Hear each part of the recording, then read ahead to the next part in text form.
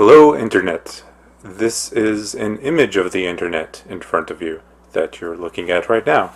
I retrieved it from Wikipedia. It's actually in the Wikimedia Commons in full resolution form.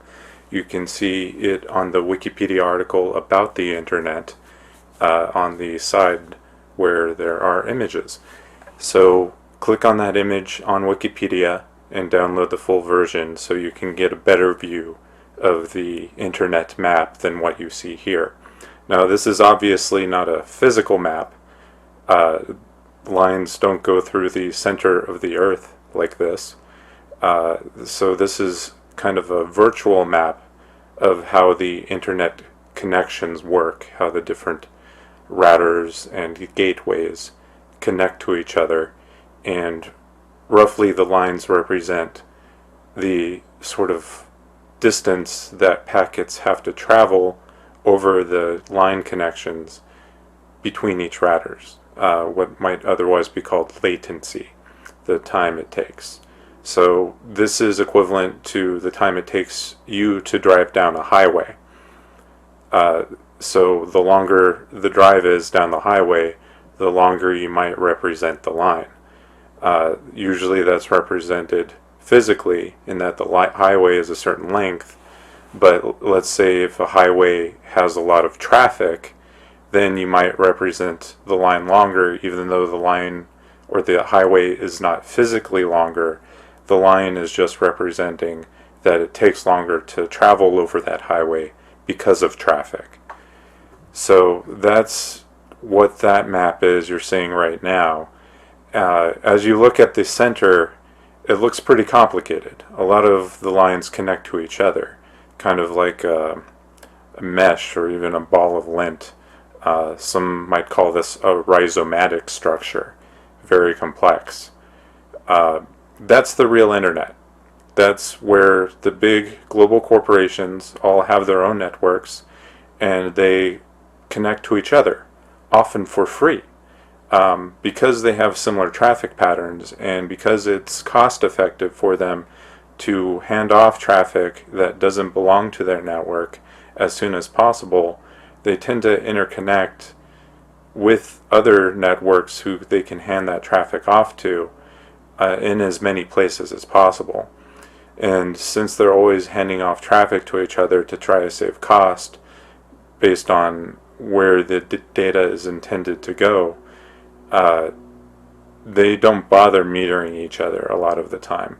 That's just not cost effective to watch how much traffic is going across when you know you're sending about as much.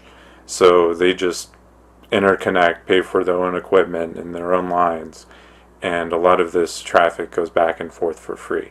That's called a peering agreement. That's something the big global corporations have access to, and you actually do too. They just wouldn't tell you about it because they want you to subscribe to their own service and kind of get stuck through them and paying their rates. So that's how the cable and telephone companies work, is they provide you internet by connecting you over their lines to the real internet back here where they have peering agreements with multiple global networks. So you're really stuck out on these little spidery or kind of starburst looking things. These are called hub and spoke connections, kind of like a bicycle wheel. So they control the hub. That's where they meter all your access. That's where they charge you the toll rates or the monthly rates for your internet access that they're providing a service for. And you're stuck out on the spoke end. You only have one connection into this hub, and the hub has one or more connections out to the real internet where everybody else is cross-connecting for free, or for their own cost, essentially free. It's kind of like if you build a network in your own home and let's say along your fence lines and put Wi-Fi nodes on your fence posts or on your rooftops. You're building your own network. You're paying all those costs. You're paying to install it and maintain it. Then if you connect that network with a neighbor who does the same kind of network in their own home, their own footprint, that might be called a peering agreement between residential neighbors. So you can do this as well at home. So just to represent where you're at right now with the cable and telephone companies, let me highlight some lines on this map for you. So this is your connection. You're out on the spoke end, and your connection is being bounced to the real internet through the cable or the telephone company's hub here. So this is an inset of one of the many starbursts out on the edge you see on the internet out here. So let's say you're in this starburst that's in the inset, which is being projected from over here. So that line that goes out from that starburst hub to the real internet is something like that. So there's a short line connecting to you to the local hub that your cable or telephone company owns, and then they have a line that connects out to all the global providers and their peering agreements and cross connections, usually in places called carrier neutral hotels or other kinds of data centers that they all rent from and share. So that's the state of things right now. And just to highlight where the real internet is, let's put some lines out here, represent some of the complex connections that you're seeing in the map here. So, you know, that's the complicated mesh that is the global internet that you are renting access into. You don't own your cable line, you don't own your telephone line. So really, you're only ever renting access to the internet. You're never really on the internet today, as things are. So I want to change that. I think one way we can change that is by using multiple lines. Let's say you have both a cable line and a telephone line to your home. So you can rent access over both of those lines. And let's say the red is the cable line and the yellow is the telephone line to a different starburst hub out here, which is still in your neighborhood. It just looks far away on here because they're not directly connected to each other. So you have two lines out there, and you can connect them yourself. So those are both connected into your home network, and you can use what are called multi-WAN or load balancing firewalls to connect both of them to your internal network. So you end up with this kind of triangle. Now you're starting to look closer to the real internet. So you have multiple connections. You're kind of, in a sense, peering with yourself over multiple backhaul connections onto the real internet. But you're still renting access. You're just renting twice as much access, roughly. So that doesn't really fundamentally change the market or whether you're on the internet at all. So there's these other starburst hubs. Let's say your neighbors are on different spokes than those hubs. So if you start connecting with your neighbors, you have these pairing agreements with your neighbors, maybe through a local cooperative of some form, then the ends of the spoken hub connections start to look like this, where the green lines represent the connections you have directly with your neighbors, who all really only have access to the same telephone and cable lines as you. But at least you're taking this hub and spoke system, and it's starting to look more like a mesh. It's starting to look more like the real internet up here. So that's an improvement. And then they can do the same thing as you, where they're also renting multiple lines, both telephone and cable, and so they're splitting their connections out here so that you can split up all the data between those connections and make it harder for the telephone company or the cable company to spy on you, because they only get half of the data to spy on at any time. And that means it's harder for them to just sell your data to advertisers or to the NSA or whatever other nefarious government entity that they're working with. So that's a good start there too. So now you have your own private triangle mesh here. Now you're getting together with your neighbors and having a local neighborhood mesh here, where you're turning these hub and spoke systems into more a mesh with a ring around it or something.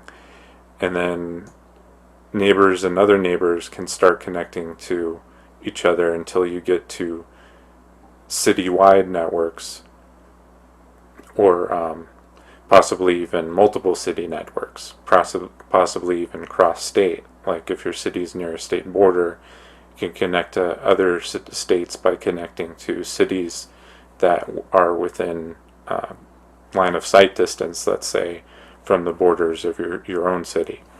So you start to get multiple of these telephone and cable company hubs connected to each other through your own city and neighborhood meshes. And so you start getting these more complicated hub connections that start to look like a miniature version of the global internet.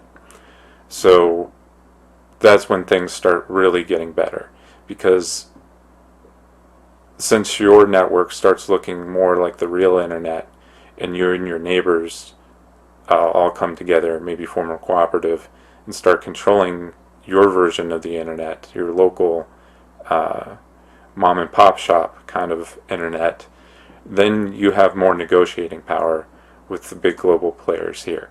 Right now they have great negotiating power with each other, and that's why they can form these free peering agreements. You have better negotiating power amongst each other, and you can do free peering agreements with your neighbors in nearby cities, but you don't really have enough to go up against these guys until you're already all connected. And then you start having more bargaining power in terms of how you want to trade this data back and forth, and line access and everything else that goes on the internet. So you're saving money at this point. You're maybe not going to get free peering agreements with international companies, but they're going to want to work with you, and they're going to want to compete for your business more than they are now. Right now it's just your cable or telephone company, and they're not really competing for their business. They're not overbuilding each other, and they don't really offer the same level of access as the other one does. DSL is fundamentally different from how cable transmits internet, and both of those are different from how satellite transmits internet. Or if you're very lucky and you have something like municipal fiber in your area, something like Chattanooga, then you might have fiber access as well as cable and telco. But each of those connections are very different, and you can actually subscribe to them all at the same time and use them together cumulatively, but that doesn't mean they're really competing with each other. You won't get real competition for your internet business until you start connecting with each other, and until you have multiple options across multiple cities possibly to connect back to the real internet, where the global big corporation players are. Until then, they're not going to compete for your business. If you want lower internet prices and you want real competition, start networking with your neighbors. Start forming local internet service cooperatives, or just general utility infrastructure service cooperatives. You don't only have to share internet. You can share solar power. You can share wind power. The same lines that carry data connections, like Cat6 copper, that copper can also carry power, usually DC power, which is how solar power comes out. It's in DC format. You can convert it to AC format. AC power lines can have power line networks run over them. So you can transmit data over power lines as well. It goes both ways. So really, if you want to be on the internet and just not renting access to the internet forever, you need to start taking control of your network. You need to start working with your neighbors and all your friends and potentially eventually your entire city to get connected, connect to each other, and start having your own personal internet so that you have better negotiating power with the global corporate internet that you're renting access to today. That's our mission at the Data Roads Foundation. We're trying to get these networks started in different communities, and we're trying to create the documentation in the sort of legal templates that you can use to create this in your own neighborhood, in your own community.